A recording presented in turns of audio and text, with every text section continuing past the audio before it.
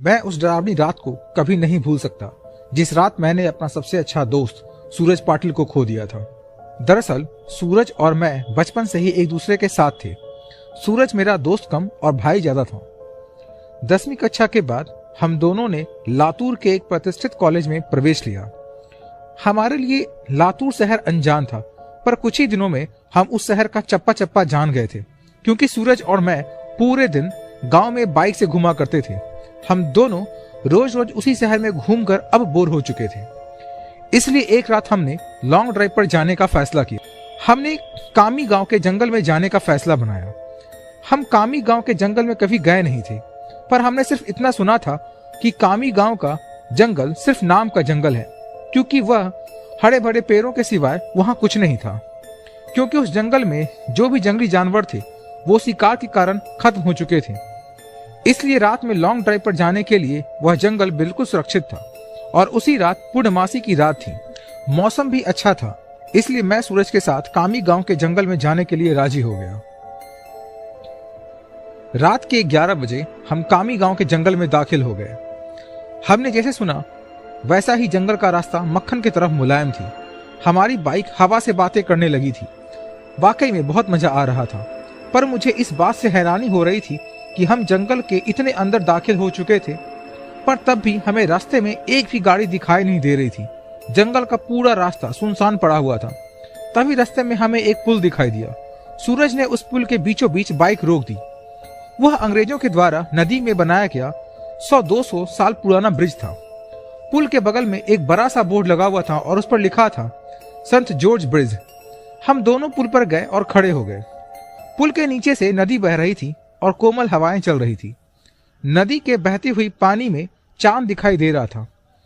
इतने में दूर जंगल से भेड़िए की रोने की आवाज आई और पुल के ऊपर से बहने वाली हवाएं अचानक रुक गई। नदी का पानी थम सा गया और चांद एक काले बादल के पीछे गायब हो गया। तभी हमारे सर के ऊपर से एक टिटहरी भयंकर आवाज में चीखती हुई मंडराने लगी। मालूम हो हमसे कह रही है कि यहां से जल्दी से भाग जाओ। मैं, सूरज, यहाँ कुछ अच्छा नहीं लग रहा है। टिटहरी का चीखना मतलब हमारे चारों तरफ खतरा मंडरा रहा है। हमें जल्दी यहाँ से निकल जाना चाहिए। सूरज, अरे भाई, कोई अशुभ नहीं होता, बस ये अंधविश्वास है। यहाँ खड़े रहो और चुपचाप नजारा देखो। तभी मैंने सूरज से कुछ दूर पुल के पास एक औरत को खड़े देखा। दूर से तो वो दिखने में सुंदर लग रही थी, पर वह पुल के नीचे नदी में झांक रही थी। मैं उसकी तरफ देख ही रहा था कि इतने में वो औरत पुल के ऊपर चढ़ गई। मैं, सूरज, अपने पीछे देख, वो औरत क्या कर रही है। सूरज ने पीछे मुड़कर देखा तो वो औरत अभी भी पुल के रेलिंग के ऊपर चढ़कर नदी में देख रही थी। सूरज भाई, वो खुदकुशी करने की कोशिश कर रही है। सूरज ने मुझसे कहा, खुदकुशी? ये सब सुनकर मेरे हाथ पैर कांपने लगे, क्योंकि जब मैं एक बच्चा था तब मेरे दादाजी ने खुद को फांसी लगा करके खुदकुशी कर ली थी, और वो मैं ही था जो उन्हें पहली बार फांसी पर लटकते हुए देखा था। इधर सूरज उस औरत को रोकने के लिए उसकी तरफ भागा, लेकिन मैं वहीं खड़ा रहा, क्योंकि फांसी पर लटकते हुए मेरे दादाजी का चेहरा मेरे सामने आ रहा था। सूरज तेजी से चिल्लाया, अरे चाची, क्या कर रही हो? उतरो वहां से, गिर जाओगी। सूरज की आवाज सुनकर मैं होश में आया। सूरज उस औरत के बहुत ही करीब जा पहुंचा था और तभी वो औरत नदी में कूद गई। तब तक मैं दौड़ते हुए सूरज के पास पहुंचा। वो औरत हमारे सामने नदी में डूब रही थी और चीख रही थी, बचाओ बचाओ। पर हम उसे सिर्फ डूबते हुए देख रहे थे, क्योंकि हम दोनों बहुत ज्यादा डर गए थे। वो औरत मदद के लिए बुला रही थी। तभी सूरज ने अपनी टी शर्ट उतारा और पुल के रेलिंग पर चढ़ गया। मैंने हाथ पकड़कर उसे रोकने की बहुत कोशिश की, लेकिन वो नहीं माना। उसने मेरे हाथ से अपना हाथ छुड़ाकर उस लड़की को बचाने के लिए नदी में कूद गया। सूरज नदी में कूदते ही अपने आसपास देखा तो वो औरत कहीं भी दिखाई नहीं दे रही थी।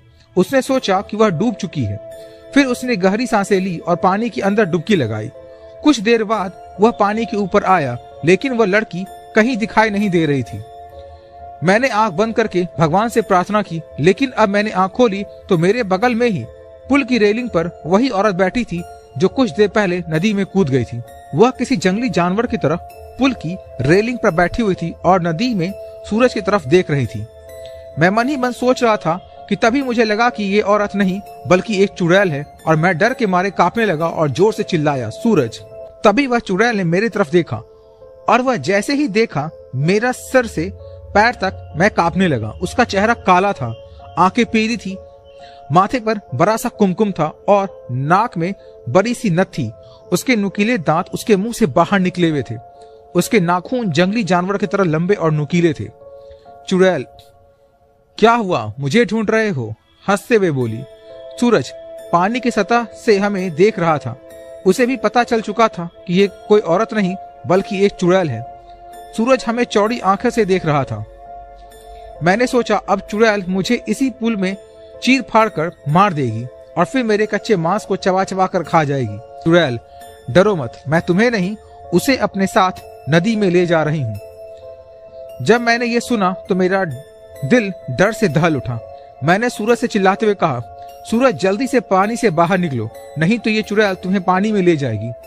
सूरज पूरी तरह से डर गया था। उसके हाथ पैर सुन्न हो गए थे। उसे एहसास हो गया था कि वह नदी से बाहर नहीं निकल पाएगा क्योंकि वह नदी के बीचों बीच था। चुड़ैल मेरे तरफ देखकर मुस्कुराई और फिर नदी में छलांग लगा दी। सूरज आखिरी बार चिल्लाया और चुड़ैल उसे पानी में अपने साथ ले गई। कुछ देर के बाद पानी में से बुलबुले निकलते रहे और कुछ देर बाद वो भी बंद हो गए। मैं आंख फाड़ फाड़ कर नदी में देख रहा था और सूरज को पुकारता रहा। इतने में नदी के पानी में खून दिखाई दिया। मेरी आंखों में आंसू आ गए और मैं समझ गया कि उस चुड़ैल ने सूरज को मार दिया है। मैं वो सदमा बर्दाश्त नहीं कर सका। मेरी आंखों के सामने अचानक अंधेरा छा गया और मैं उसी जगह बेहोश हो गया। जब मुझे होश आया तो सुबह हो चुकी थी। मैं 4-5 लोगों से घिरा हुआ था। पुल पर काफी सारे लोगों की भीड़ जमी हुई थी। लोग पुल के नीचे झांक रहे थे। तभी मैं उठा और दौड़कर पुल के पास गया। देखा पानी में नदी के किनारे सूरज की लाश तैर रही थी। उस चुड़ैल ने बड़े ही बेदर्दी से सूरज के सीने से दिल निकाल लिया था। मेरा सबसे अच्छा दोस्त मुझे छोड़कर चला गया था। उस दिन मुझे कामी गांव के लोगों से पता चला उस नदी में 100 साल पहले से किसी चुड़ैल का वास है। असल में हुआ ये था कि अंग्रेजों के जमाने में एक अंग्रेज अफसर ने सुंदरा नाम की एक औरत का बलात्कार किया था। ये बात आसपास के हर गांव में फैल गई थी। इसी कारण सुंदरा से गांव की कोई भी औरत बात नहीं करती थी क्योंकि सब लोग कहते थे कि उसकी पवित्रता नष्ट हो चुकी है। गांव के लोग उसे हर दिन ताने मारते थे। कुछ दिन बाद सुंदरा के पति ने भी उसे छोड़ दिया। तब सुंदरा अपने घर चली आई। कामी गांव ही उसका मायके था, लेकिन वहां भी उसे बहुत सारी बेइज्जती झेलनी पड़ी। वह हर दिन लोगों के ताने सुनकर तंग आ गई थी। इसलिए एक दिन पूर्णमासी की रात सुंदरा ने कामी गांव के संत जॉर्ज ब्रिज से नदी में कूदकर खुदकुशी कर ली थी। मरने के बाद वह चुड़ैल बन गई और पूर्णमासी की रात सुंदरा उस ब्रिज पर आती थी और लोगों को इसी तरह कपट से अपना शिकार बनाती थी। कामी गांव के कुछ बुजुर्ग लोग भी यह कहते हैं कि 100 पुरुषों या लड़कों का दिल खाने के बाद वह चुड़ैल फिर से एक सुंदर औरत बनने वाली थी। इसलिए वह सिर्फ पुरुषों और लड़कों को अपना शिकार बनाती थी और उसका दिल कच्चा चबा जाती थी। सूरज के मरने के बाद कामी गांव के संत जॉर्ज ब्रिज पर कभी भी वह चुड़ैल दिखाई नहीं दी। इसलिए कामी गांव के लोग कहते हैं कि मेरा दोस्त सूरज उस चुड़ैल का आखिरी शिकार था और उसके बाद वह फिर से जिंदा और सुंदर स्त्री बन गई और अभी वह किसी आदमी के साथ सामान्य जीवन जी रही होगी।